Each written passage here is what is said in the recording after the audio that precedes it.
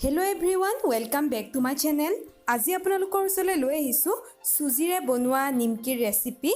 খাবলৈ বিৰাটেই টেষ্টি হয়। যদি ভিডিঅ'টো চাই ভাল পায় তেনেহ'লে প্লিজ ভিডিঅ'টো লাইক কৰিব, শ্বেয়াৰ কৰিব আৰু মোৰ চেনেলটো নতুন হ'লে প্লিজ চেনেলটো ছাবস্ক্ৰাইব কৰি ল'ব। ইয়াৰ বাবে এই কাপটোৰ জোখৰে মই 2 কাপ চুজি লৈ লৈছিলোঁ আৰু এইখিনি এতিয়া পিচি ল'ম। এয়া মোৰ চুজিখিনি পিচি লোৱা হৈ গ'ল আৰু দেখিছেনে ময়দাৰ নিচিনা একেবাৰে পাউডাৰ নহ'লেও হ'ব।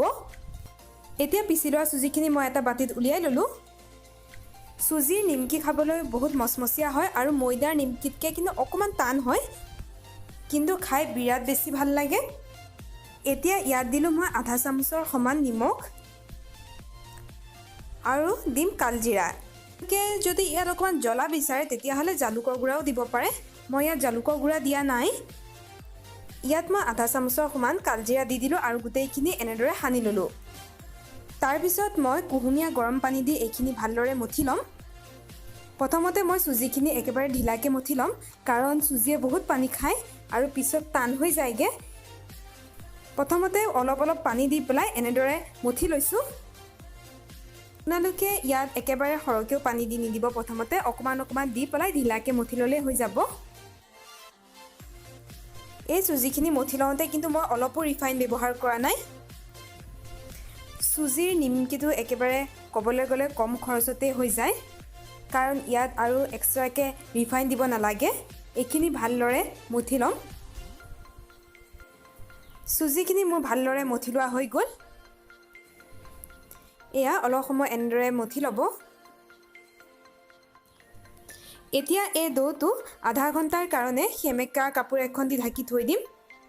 আধা ঘণ্টাৰ কাৰণে সেমেকা কাপোৰ এখন দি ঢাকি থোৱাটো বহুত প্ৰয়োজনীয়, কাৰণ চুজি বহুত সোনকালে শুকাই যায়।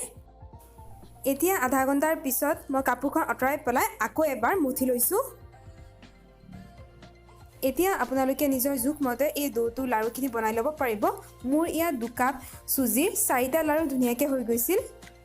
এয়া মই লাড়ুকেইটা বনাই ল'লোঁ। বেছি ডাঙৰো কৰা নাই, বেছি সৰুও কৰা নাই। আকৌ সেমেকা কাপোৰ এখন দি আপোনালোকে এই লাড়ুকেইটা ঢাকি থ'ব। আপোনালোকে যেতিয়া এটা এটা লাড়ু বেলিব তেতিয়া বাকীকেইটা লাড়ু এনেকেদৰে ঢাকি থৈ দিব। এতিয়া মই এটা লাড়ু লৈ লৈছোঁ বেলিবলৈ আৰু বাকীখিনি আকৌ ঢাকি থৈ দিছোঁ। এতিয়া এই চুজিৰ লাড়ুটো ভালদৰে বেলি ল'ম। চুজিখিনি মঠা যদি ভাল হয় তেতিয়াহ'লে চুজিৰ এই ৰুটিটো অলপো ফাটি নাযায়। সেয়েহে আপোনালোকে প্ৰথমতে মঠোতে ঢিলাকৈ মঠি ল'ব।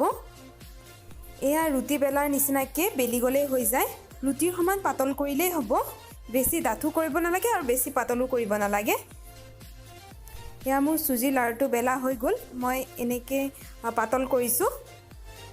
এতিয়া আপোনালোকে চোকা চুৰি এখন দি পেলাই এইখিনি কাটি ল'ব। দীঘলীয়াকৈ কটা হোৱাৰ পিছত এতিয়া মই আকৌ এইখিনি ডায়মণ্ড শ্বেপত কাটি লৈছোঁ। আপোনালোকে ইয়াতকৈ ডাঙৰো কৰিব পাৰে, সৰুও কৰিব পাৰে। এয়া মই আটাইখিনি এনেদৰে কাটি ল'ম।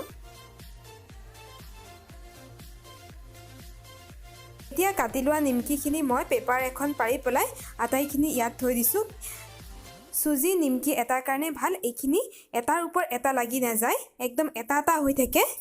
আটাইখিনি নিমকি কাটি লোৱাৰ পিছত এতিয়া মই কেৰাহী এটা পাতি দিলোঁ আৰু ইয়াত ৰিফাইন তেল অকণমান দি দিলোঁ। তেলখিনি একদম ভালকৈ গৰম হোৱাৰ পিছত আপোনালোকে ইয়াত নিমকিখিনি দি দিব।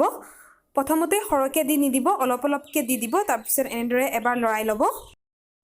নিমকিখিনি তেলত দিয়াৰ পিছতে আপোনালোকে এনেদৰে লৰাই থাকিব, নহ'লে বৰ সোনকালে ধৰি যায়। আৰু চুজিৰ নিমকি ময়দাৰ নিমকিতকৈ অকণমান কম ভাজিলেই হৈ যায়। এয়া মোৰ নিমকিখিনি ৰঙচুৱা হৈ আহিছে। আপোনালোকে নিমকিখিনি বেছি ডাঠ হোৱালৈকে ভাজি নাথাকিব। এয়া মই নিমকিখিনি কাঢ়ি ল'লোঁ। চুজিৰ নিমকি কিন্তু বেছি নুফুলে, ময়দাৰ নিমকিতকৈ অকণমান কম ফুলে, কিন্তু খাবলৈ বহুতেই বেছি ভাল হয়। একেই ময়দাৰ নিমকিৰ নিচিনাই হয় আৰু বেছি কুৰকুৰীয়া হয়। এয়া নিমকিখিনি চাওকচোন ইমান ধুনীয়া হৈছে। আপোনালোকে প্ৰথমতে সৰহকৈ যদি নিমকিখিনি তেলত দি দিয়ে তেতিয়াহ'লে কমকৈ ফুলিব, সেইকাৰণে কমকৈ দি দিব। এয়া মই আপোনালোকক এটা ভাঙি দেখুৱাইছোঁ। আপোনালোকে দেখি চাগে গম পাইছেই কিমান মচমচীয়া আৰু কুৰকুৰীয়া হৈছে। মই আটাইবোৰ নিমকি বনাই ল'লোঁ। এয়া আমাৰ চুজিৰ নিমকি একেবাৰে ৰেডি হৈ গ'ল। আপোনালোকেও এনেদৰে বনাই খাই চাব বুলি আশা কৰিলোঁ। আৰু যদি এনেদৰে বনাই খাইছে তেনেহ'লে প্লিজ মোক কমেণ্ট কৰি জনাব।